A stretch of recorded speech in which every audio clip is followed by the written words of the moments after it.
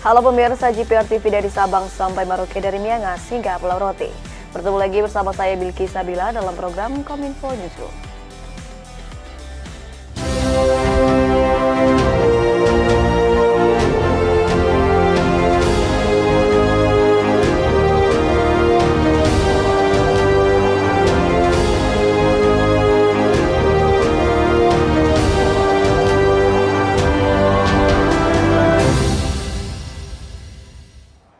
Inilah Kominfo Newsroom selengkapnya. Pemirsa, Direktorat Jenderal Informasi dan Komunikasi Publik Kementerian Kominfo meluncurkan Sistem Informasi Manajemen Pranata Humas yang dikenal dengan sebutan Simponi. Dirjen IKP Usman Kansong mengatakan bahwa upaya ini dilakukan untuk memberikan kemudahan akses dalam layanan pembinaan secara digital kepada para pemangku kepentingan di seluruh Indonesia.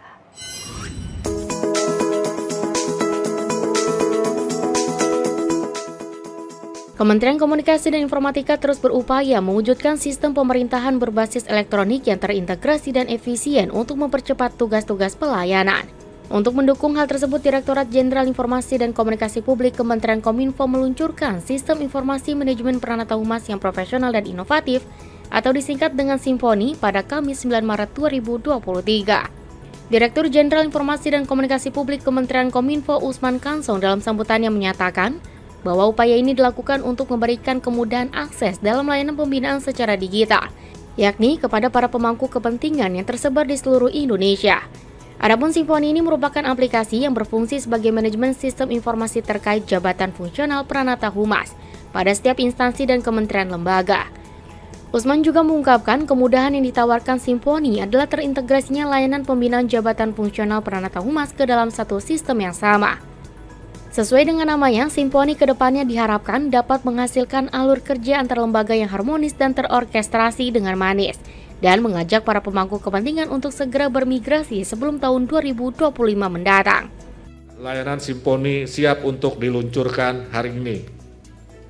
Dalam kesempatan ini saya juga mengajak ibu bapak dan rekan-rekan dari instansi lain untuk bermigrasi ke dalam Simponi, kalau bisa disegerakan sebelum 2025. Kita sudah menggunakan Simponi secara penuh di setiap instansi pusat dan daerah. Tentu Direktorat TK3P akan membantu migrasi itu. Bapak Ibu yang saya banggakan, layaknya sebuah perkenalan yang membutuhkan proses. Hari ini proses perkenalan difasilitasi dengan mengenalkan Simponi, termasuk layanan-layanan yang terintegrasi di dalamnya. Ibu bapak akan dikenalkan dengan Simponi, tetapi tidak untuk sekedar tahu, melainkan hingga mencoba dan menggunakan langsung layanan ini. Kehadiran Simponi tentu masih membutuhkan banyak pengembangan dan penyempurnaan, apalagi dengan adanya kebijakan dan peraturan baru yang terus bermunculan akibat reformasi birokrasi. Oleh karena itu, satu-satunya cara yang dapat kita lakukan untuk membangun Simponi adalah dengan bermigrasi di dalamnya.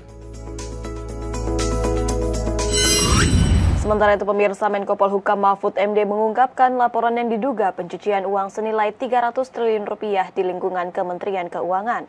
Sementara itu Menteri Keuangan Sri Mulyani menegaskan bahwa Kementerian Keuangan sudah menindaklanjuti laporan Pusat Pelaporan Analis dan Transaksi Keuangan terkait dengan 964 pegawai yang diduga memiliki harta kekayaan tak wajar.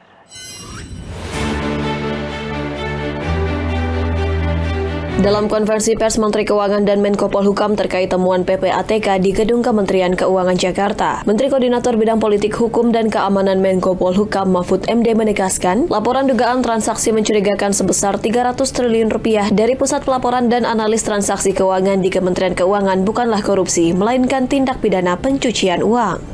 Tapi sebenarnya saya kan ketika ngomongkan 300 triliun itu bicara tentang pencucian uang, bukan korupsi. Coba dibuka lagi semua. Ada transaksi aneh yang melibatkan sekian ratus pegawai Kementerian Keuangan, ya, yang diduga sebagai pencucian uang, bukan korupsi. Mahfud meyakini Kemenku sudah memiliki mekanisme penanganan sendiri dan telah menjalankannya. Ia pun memuji ketegasan dari Menku Sri Mulyani. Saya merasa gembira, tidak kehilangan, Bu Sri Mulyani tidak kehilangan ketegasan dan bangunan logika dalam menerangkan sehingga kita semua menjadi paham, dan ini bagian dari kerjasama saya dan Ibu Sri Mulyani dalam beberapa kasus tertentu, terutama dalam rangka pemberantasan korupsi. Sementara itu, Menteri Keuangan Sri Mulyani mengatakan terdapat 964 pegawai Kementerian Keuangan yang diduga punya harta tidak wajar sejak 2007. Jumlah tersebut merupakan akumulasi yang diidentifikasi Kementerian Keuangan dan Inspektorat Jenderal atau yang diidentifikasi Pusat Pelaporan dan Analis Transaksi Keuangan dan telah ditindaklanjuti. Berdasarkan data Itjen Kemenku bahwa dalam periode tahun 2007 sampai dengan tahun 2023 tercatat ada 266 surat dari PPAT ke Kemenku. Angka ini terbagi dalam 185 atas permintaan Itjen Kemenku dan 81 inisiatif Pusat Pelaporan dan Analis Transaksi Keuangan. Jadi kalau kemarin Pak Mahfud memberikan impresi seolah-olah tidak ada tindak lanjut, kami ingin meluruskan sore hari ini. Seluruh surat yang dari PPATK yang dikirim ke kami, baik itu adalah permintaan dari kami 185 atau yang merupakan inisiatif PPATK 81, semuanya ditindaklanjuti. 86 surat kami memberikan tindak lanjut dengan melakukan beberapa pengumpulan bukti-bukti tambahan. Ini istilahnya full bucket, pengumpulan bahan keterangan. Artinya itu informasi belum memadai dan kita terus menambah informasi melalui tindakan dari Irjen menambah dan mengumpulkan bahan-bahan keterangan. Kita telah menindaklanjuti audit investigasi sebanyak 126 kasus dan rekomendasi hukuman disiplin diberikan kepada 352 pegawai.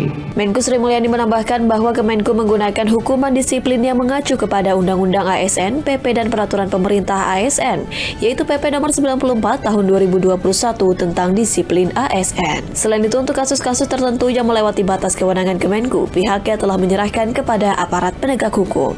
Dan ada 16 kasus yang kami melimpahkan ke APH. Nanti Pak Mahfud akan menyampaikan, karena Kementerian Keuangan adalah bendahara negara, kami bukan aparat penegak hukum. Jadi dalam hal ini, kalau ada suatu kasus yang menyangkut tindakan hukum, apakah itu kriminal, itulah yang kemudian kita sampaikan kepada APH, apakah itu KPK, apakah kejaksaan, atau kepolisian. Kita bekerjasama dengan ketiga aparat penegak hukum itu untuk menindaklanjuti dalam rangka penegakan hukum. Kementerian Ketenagakerjaan menekankan pentingnya perlindungan secara maksimal kepada pekerja migran Indonesia. Melalui 3 program jaminan sosial ketenagakerjaan bagi pekerja migran Indonesia, Menaker Ida Fauzia berharap dapat memberikan jaminan ketenagakerjaan yang utuh kepada tenaga kerja migran Indonesia. Kementerian Ketenagakerjaan kembali melakukan peningkatan jaminan sosial bagi tenaga kerja. Kali ini melalui Permenaker nomor 4 tahun 2023, Kemenaker membuat kebijakan baru yakni dengan mengakomodir 3 program jaminan sosial ketenagakerjaan bagi pekerja migran Indonesia. Adapun 3 program yang dilakukan peningkatan manfaat tersebut yakni jaminan kecelakaan kerja, jaminan kematian, dan jaminan hari tua. Melalui ketiga program ini, Menaker Ida Fauzia berharap dapat memberikan jaminan ketenagakerjaan yang utuh kepada tenaga kerja migran Indonesia. Selain itu, ada 7 manfaat baru yang diberikan untuk pekerja migran Indonesia. Manfaat baru tersebut meliputi manfaat perawatan di rumah, manfaat sakit karena kecelakaan kerja atau penyakit akibat kerja selama di negara penempatan, biaya pergantian alat bantu dengar, biaya penggantian kacamata, santunan karena PHK sepihak, santunan akibat mengalami pemerkosaan, dan santunan karena ditempatkan tidak sesuai perjanjian kerja. Ida Fauzia menjelaskan, meskipun dilakukan peningkatan jaminan sosial bagi tenaga migran Indonesia, namun tidak akan berdampak pada besaran iuran, dengan artian iuran tetap manfaat meningkat. Melalui ketiga program ini diharapkan PMI bisa mendapatkan pelindungan jaminan sosial ketenagakerjaan yang utuh mulai dari sebelum bekerja, selama bekerja, dan setelah bekerja.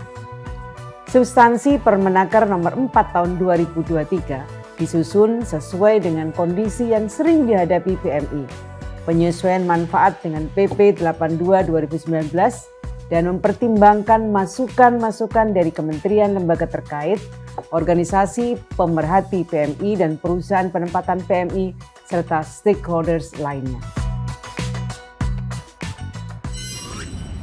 Indonesia menjadi prioritas penambahan kuota jemaah haji pada penyelenggaraan musim haji tahun 2023. Kabar itu disampaikan Menteri Agama Yakut Khalil Qomas dari hasil lawatannya ke Arab Saudi.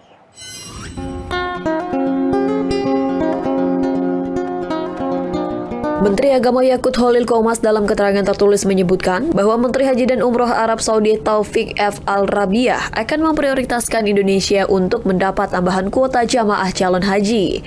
Pernyataan Menak Yakut itu disampaikan saat keduanya menggelar pertemuan membahas persiapan penyelenggaraan ibadah haji, termasuk terkait penambahan kuota di Jeddah. Menak Yakut mengatakan untuk tambahan kuota petugas akan difokuskan dalam penguatan layanan jamaah lansia. Pasalnya, dari 203.320 kuota haji reguler, ada lebih dari 64.000 calon haji yang masuk kategori lansia. Menurut Menak, beragam persiapan layanan difokuskan dalam upaya memberikan yang terbaik untuk jamaah, termasuk mereka yang lansia. Adapun terkait tambahan kuota haji, Menak Yakut berharap Menteri Taufik dapat menyampaikan lebih awal, sebab butuh persiapan dalam proses pengisian kuota jamaah, mulai dari penyiapan dokumen, paspor, pemvisaan, serta penyediaan layanan. Hal lain yang dibahas adalah terkait layanan Fast Track. Tahun ini, Fast Track akan kembali dilaksanakan di Bandara Soekarno-Hatta. Melalui layanan tersebut, proses imigrasi jamaah haji dilakukan sejak di Bandara Indonesia, sehingga jamaah tidak perlu diperiksa paspor dan visa saat tiba di Arab Saudi. Pemirsa, kami akan segera kembali dengan beragam informasi menarik lainnya. Tetaplah bersama kami.